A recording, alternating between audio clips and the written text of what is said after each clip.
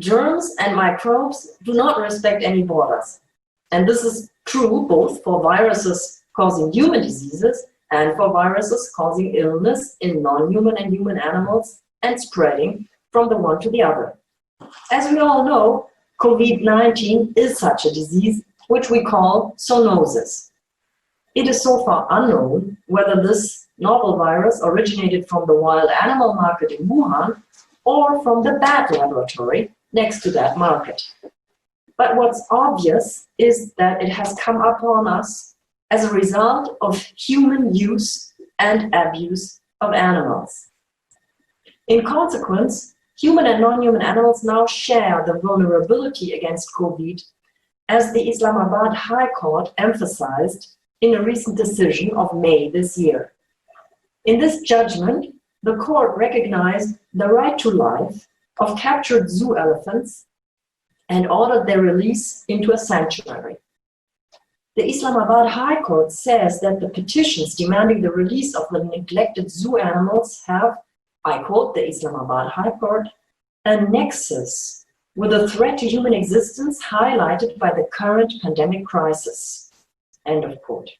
This crisis, says the court, has highlighted the interdependence of living beings on each other, and it has conspicuously brought the essence, meaning, and significance of life into the spotlight. The court then concludes that the right to life, as guaranteed in the Constitution of Pakistan, is incumbent not only on humans, but that also non-human animals have such a constitutional right to life.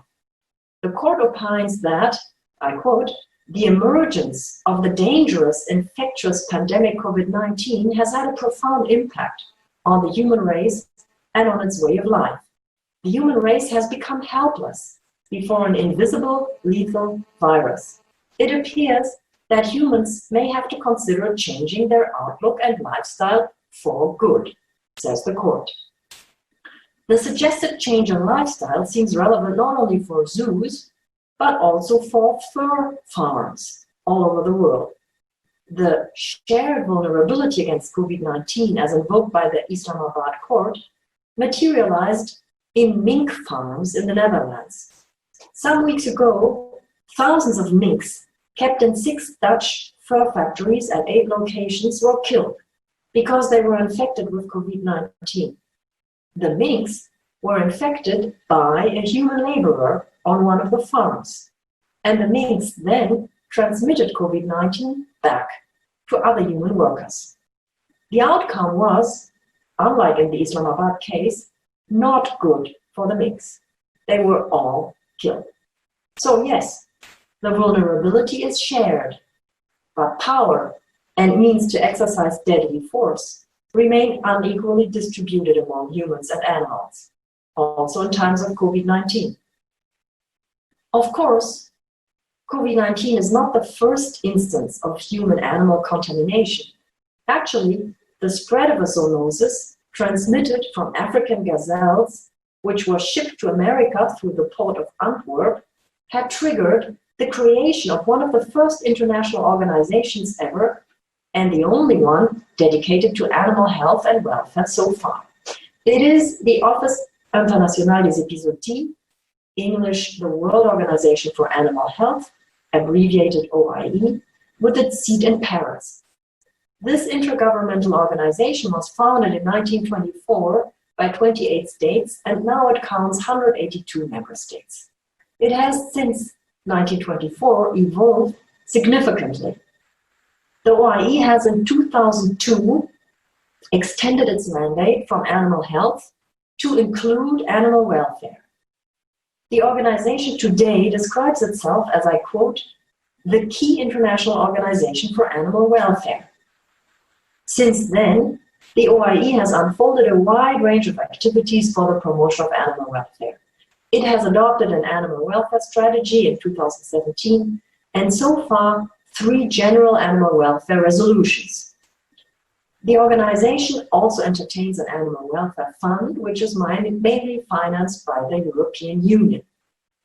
The OIE is also a reference organization for the development and harmonization of international standards, guidelines, and recommendations on animal health, within the framework of the Agreement on Sanitary and Phytosanitary Measures, the SPS Agreement, under the auspices of the World Trade Organization. As it is well known, the OIE has elaborated animal welfare standards. These are included as separate sections entitled Animal Welfare in two so-called codes, the Terrestrial Animal Health Code and the Aquatic Animal Health Code. And these codes and their welfare chapters are currently in their 2019 edition. The animal health codes are updated and revised annually by decision of the World Assembly of the OIE delegates of all member states. These codes are not international treaties, but only soft law, with a recommendatory and aspirational character. Importantly, the codes are referenced both in domestic laws and in international law. The codes provide criteria for assessing animal welfare, but they do not provide for precise standards such as cage size, pasture hours, or voltage minimums for electrocution. Moreover, and maybe inevitably so, the codes are replete of vague expressions and softeners. For example, they ask for appropriate anesthesia and pain management in surgical sterilization.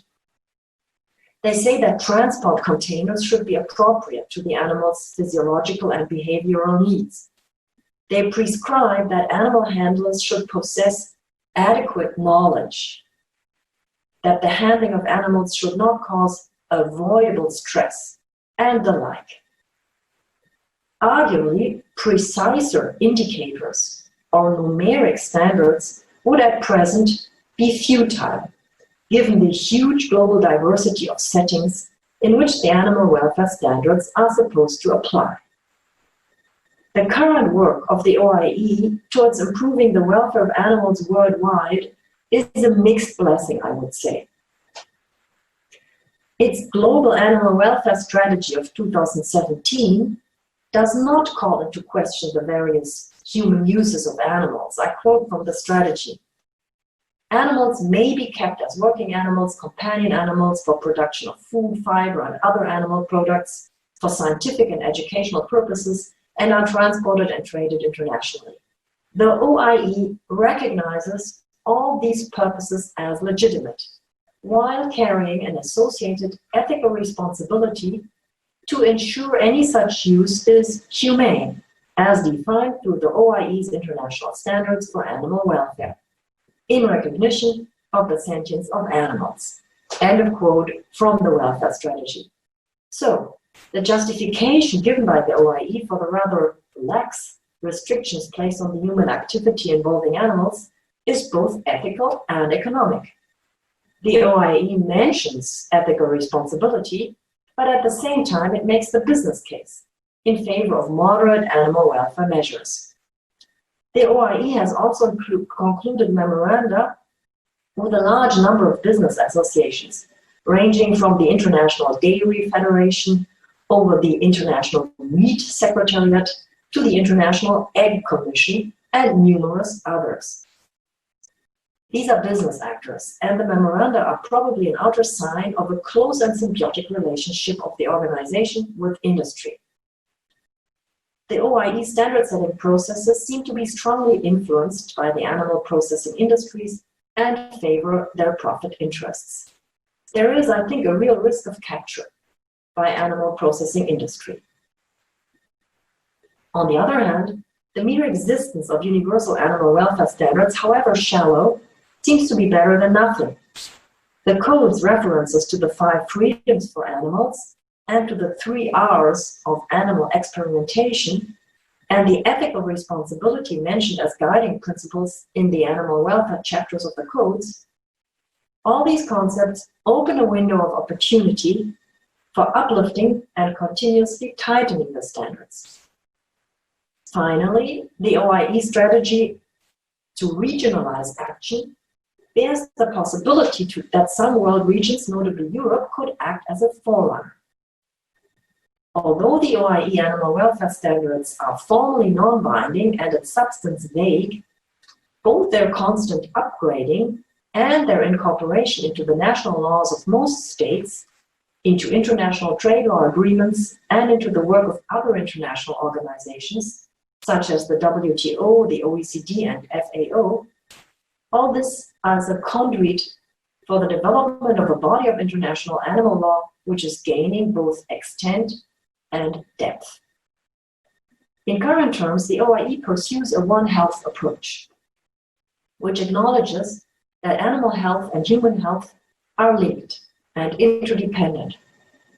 The One Health approach could and should be accompanied by a One Welfare approach. The Islamabad High Court even adopted a One Rights paradigm, if you remember. Such new paradigms are needed, and they are needed notably on a global scale, as I will argue next.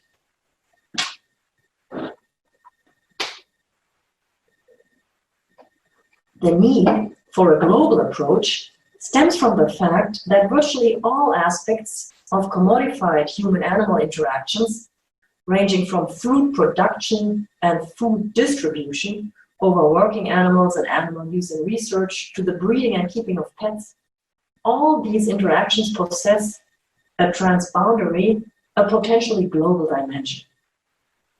The industrialization of meat, dairy, and fur production has massive environmental, climatic, social, and ethical consequences. And all these consequences are also on a global scale. Animal food production is not only growing, but is at the same time an increasingly global business. For example, the international trade in meat is growing more than the production as such. Also, the trade in live animals is growing exponentially. The consolidation and globalization of the slaughter industry contributes to this trend. Fewer and larger meat plants mean that the animals must travel longer distances, even into other countries, for processing. The John F. Kennedy Airport in New York entertains one terminal just for animals. In the Middle East in particular, animal imports, live imports, have risen markedly. For example, in 2016, Saudi Arabia alone imported nearly $1 billion worth of live animals. The globalized animal business raises a range of problems for human society, for the environment, and for the planet. I recap the well-known facts. First, animal-based food, meat and dairy, is extremely resource-intensive. Nearly 80% of the world's soybeans and up to 50% of the world's corn are fed to animals killed for meat, instead of being eaten directly by humans.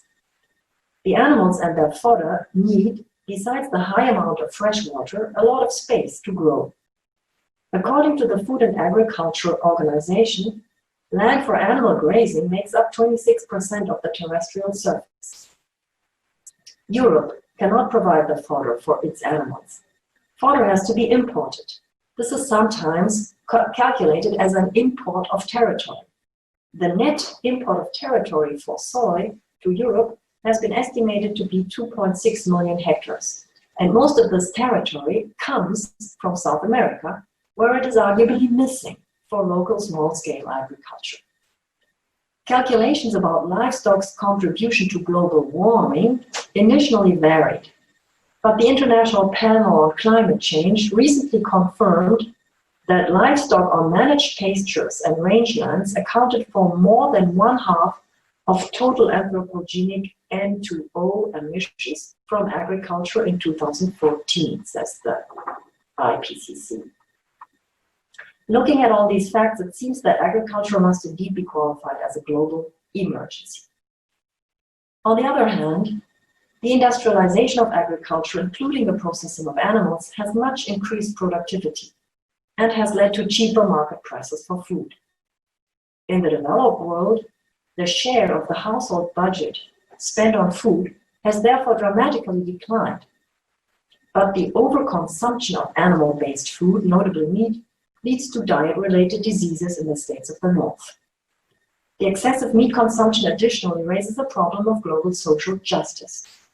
Most of the additional meat is produced in developed and in rapidly developing countries, but not in the least developed countries.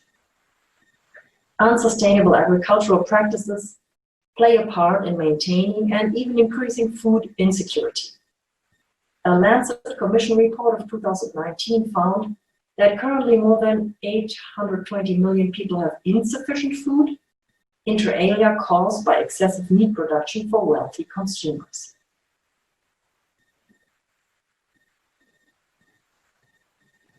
Wildlife exploitation also raises global problems for humans. Illegal wildlife trade is emerging as a transnational organized crime spanning from Africa to Asia. Wildlife trafficking is the probably fourth or fifth largest illegal global trade, besides smuggling of narcotics, arms, persons, and so on. Wildlife poaching also finances armed conflict, notably in Africa.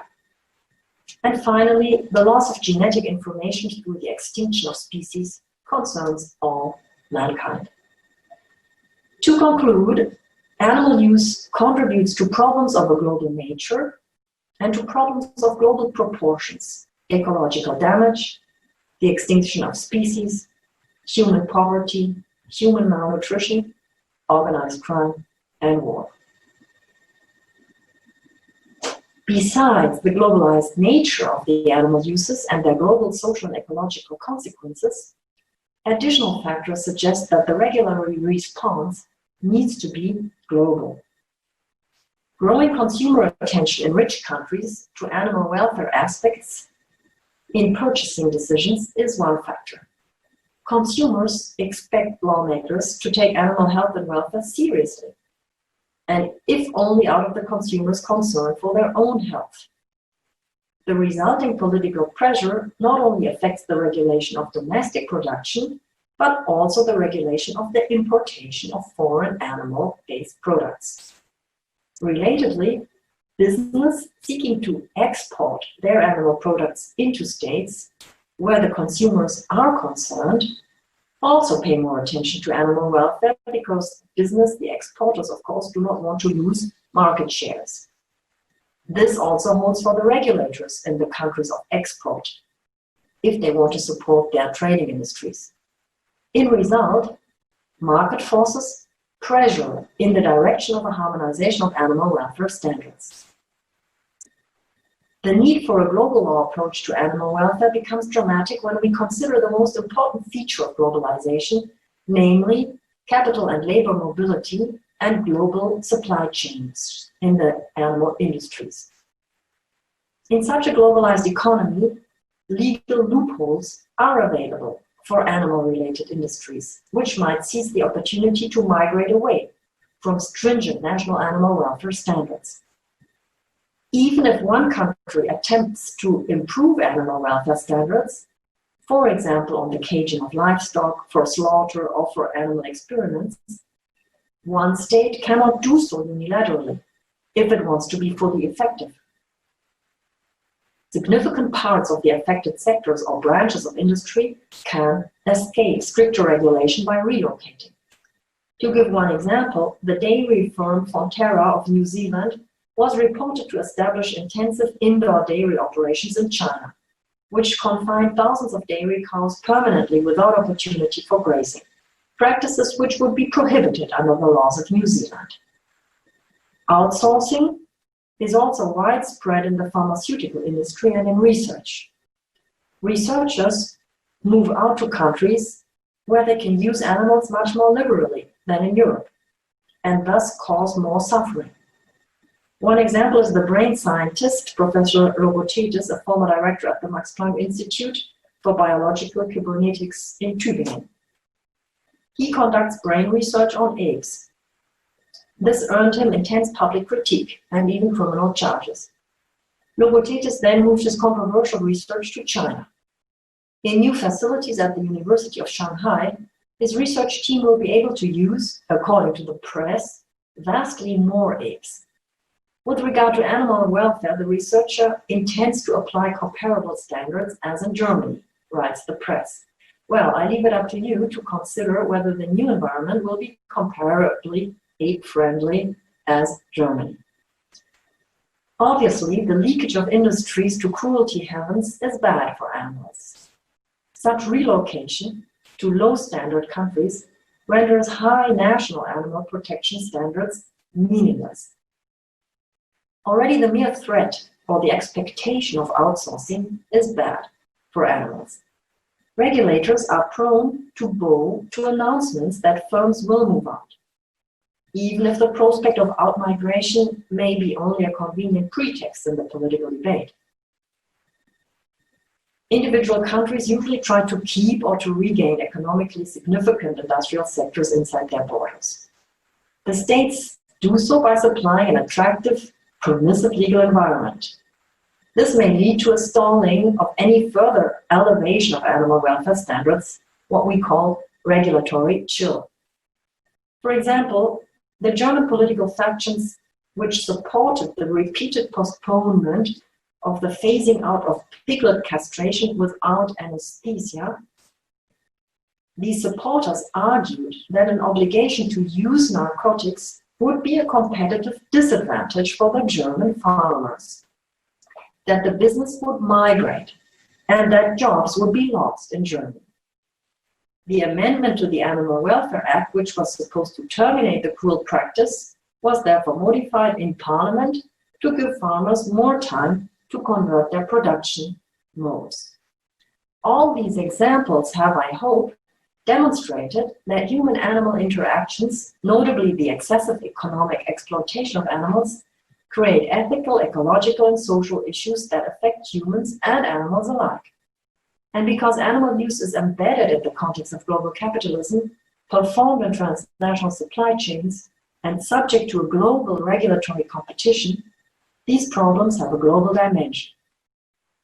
Global problems require global policy responses, and law is one component of such responses.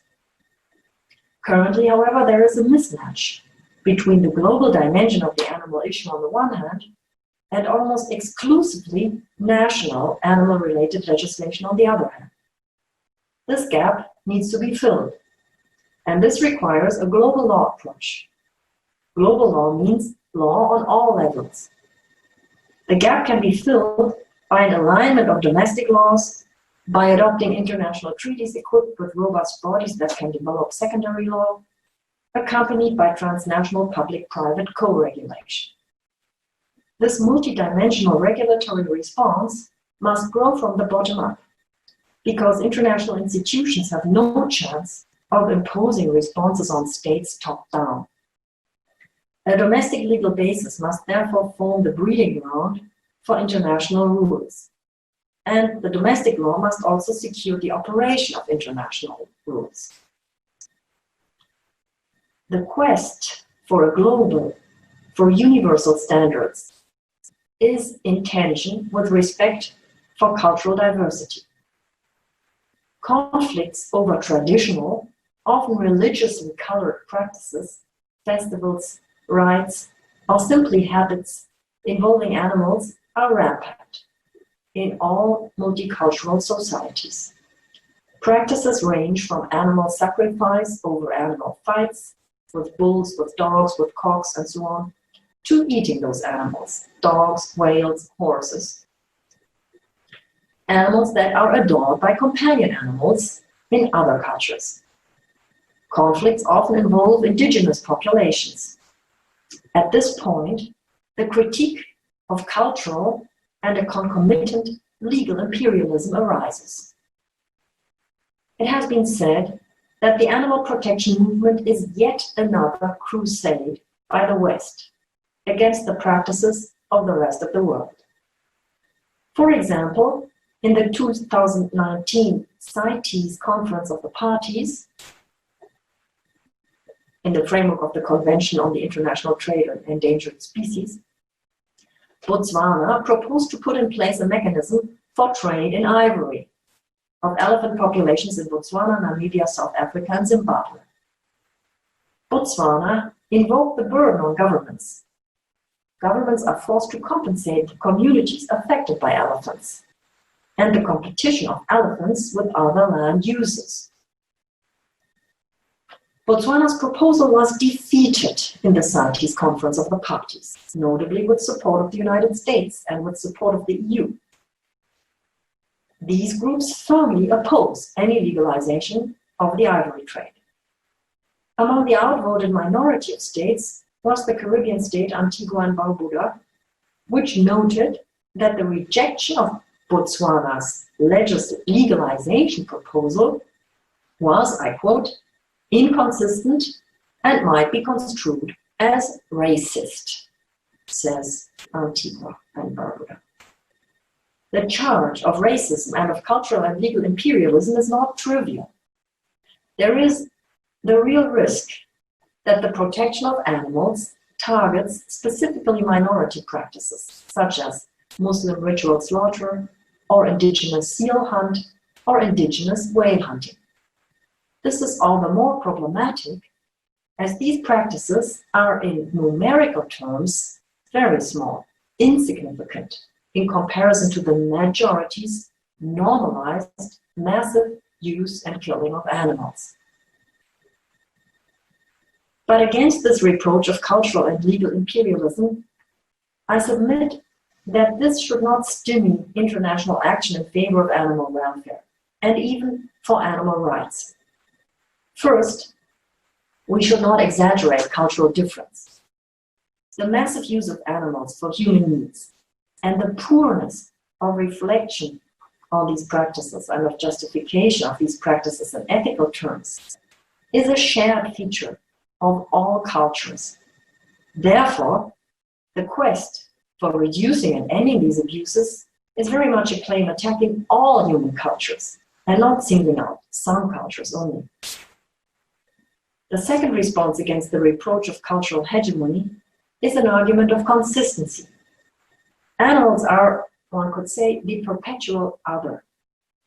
If we accept that, from a non-speciesist view, animals are others in a world of plural civilizations, the claim for respecting a foreign, another culture, and for respecting the interests of the members of that other culture would equally apply to animals.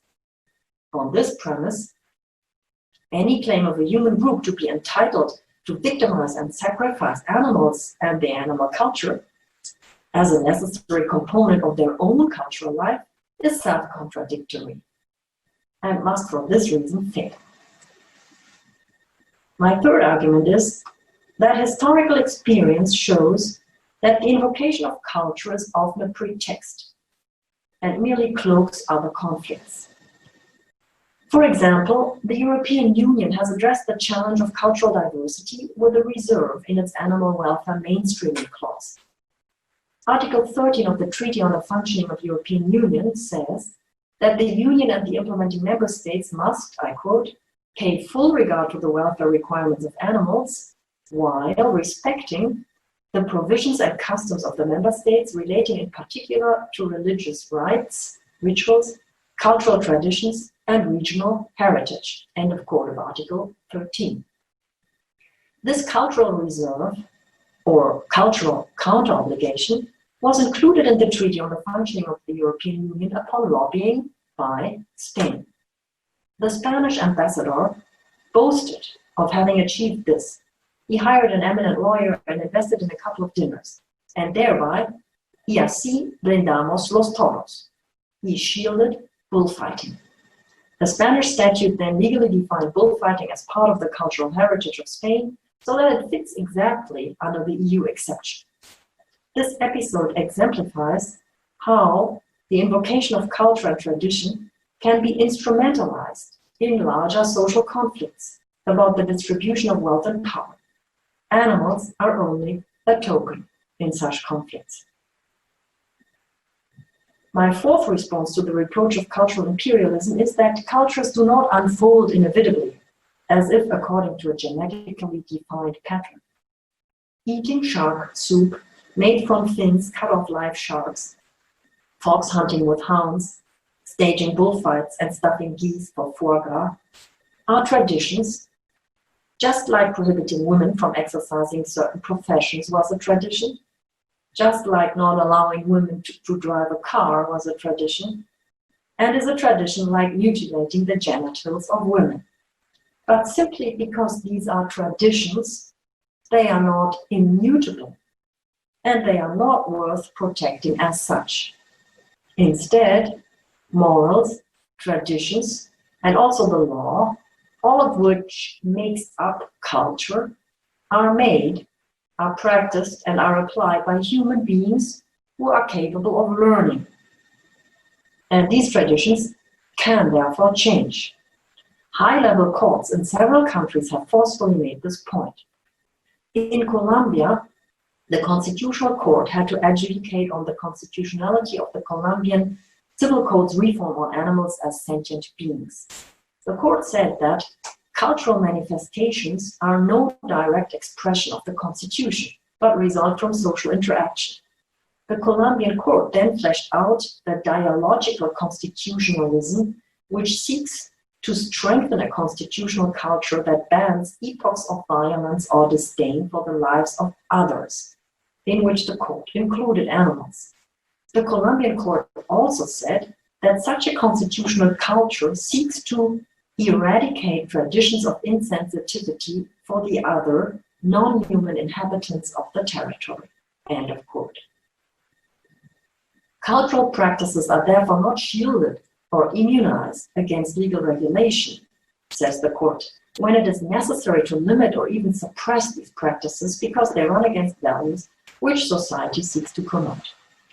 Therefore, the legislator may prohibit cultural manifestations which involve the mistreatment of animals. The transformative dialogue about animal abusive cultural practices, as invoked by the Colombian Constitutional Court, should not stop at a state's border.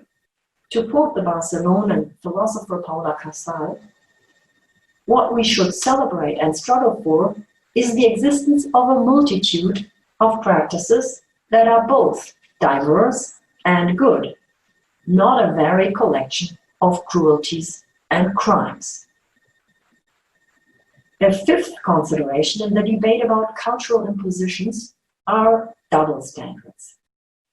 At first sight, it seems hypocritical that Western populations criticize non-Western practices such as dog eating, whaling, seal hunt, bile bears, and tiger bone processing, when Europeans at the same time turn a blind eye to cruel factory farming and industrial slaughter in their own countries. The oppressed minorities and weaker populations on the globe might say that the majority should leave minorities and poor non-Western nations alone until they, the rich Westerners, clean up their own house.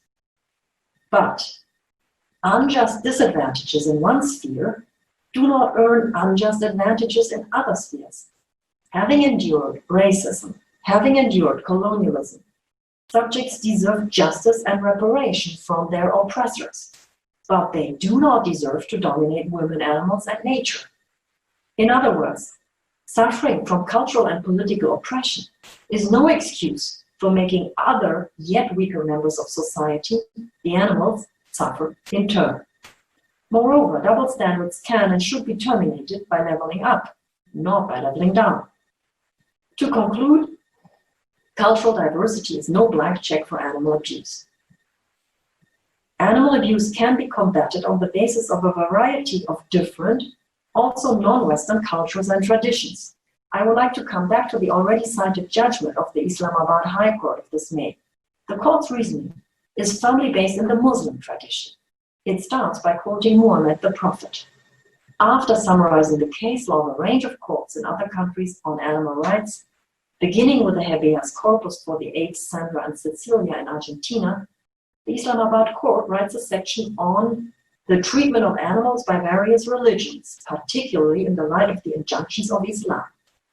The court writes, I quote, "Be it Islam, Judaism, Christianity, Buddhism, Hinduism, or any other religion, there is no dispute that life is the most precious and superior creation of the Creator.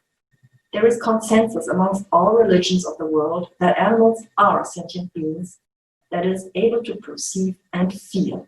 End of quote. The court then lists several verses in the Holy Quran which explicitly relate to animals. It writes, "It is a natural right of an animal not to be tortured or unnecessarily killed, because the gift of life it possesses is precious, and its disrespect undermines the respect of the Creator." That's the court. And then the court finds a constitution-based right of life of animals, and this is ultimately inspired by Islam, not by a Western approach or by a Western imposition. I think that this is an example of an overlapping consensus on an animal right to life, which can be based on very different cultural, intellectual, and religious arguments. A final point to conclude this talk. The law has up to now been, and will probably always be, profoundly ambivalent for animals. As a standard introduction to the field puts it, individual instances of gratuitous, intentional cruelty against certain animals are banned, while institutionalized abuse of animals is allowed and often promoted under the law. The great feminist legal scholar Catherine MacKinnon has warned that, I quote, "The good intentions of the powerful, far from saving the powerless, doom them. Unless you change the structure of the power you exercise, that you mean well may not save those you love. Animal rights advocates take note." End of quote. But I submit that this dilemma in the use of the law does not condemn legal scholars and practitioners to complacency or resignation. Legal analysis can contribute to identifying animal suffering and can make normative proposals for legal reform. International law is not only a hollow hope, but can be made a force for good for animals. We have seen how the globalization of animal-related industries is causing additional animal suffering. But globalization also bears new opportunities for disseminating knowledge about animals and for shaping attitudes. Social media make it easy to expose bad practices, to trigger scandalization processes, and to facilitate the formation of a global public opinion, for example, on factory farming. Mass mobilization and viral campaigns are a gateway to change, toward a direly needed, much deeper, much broader, indeed, global animal protection through law.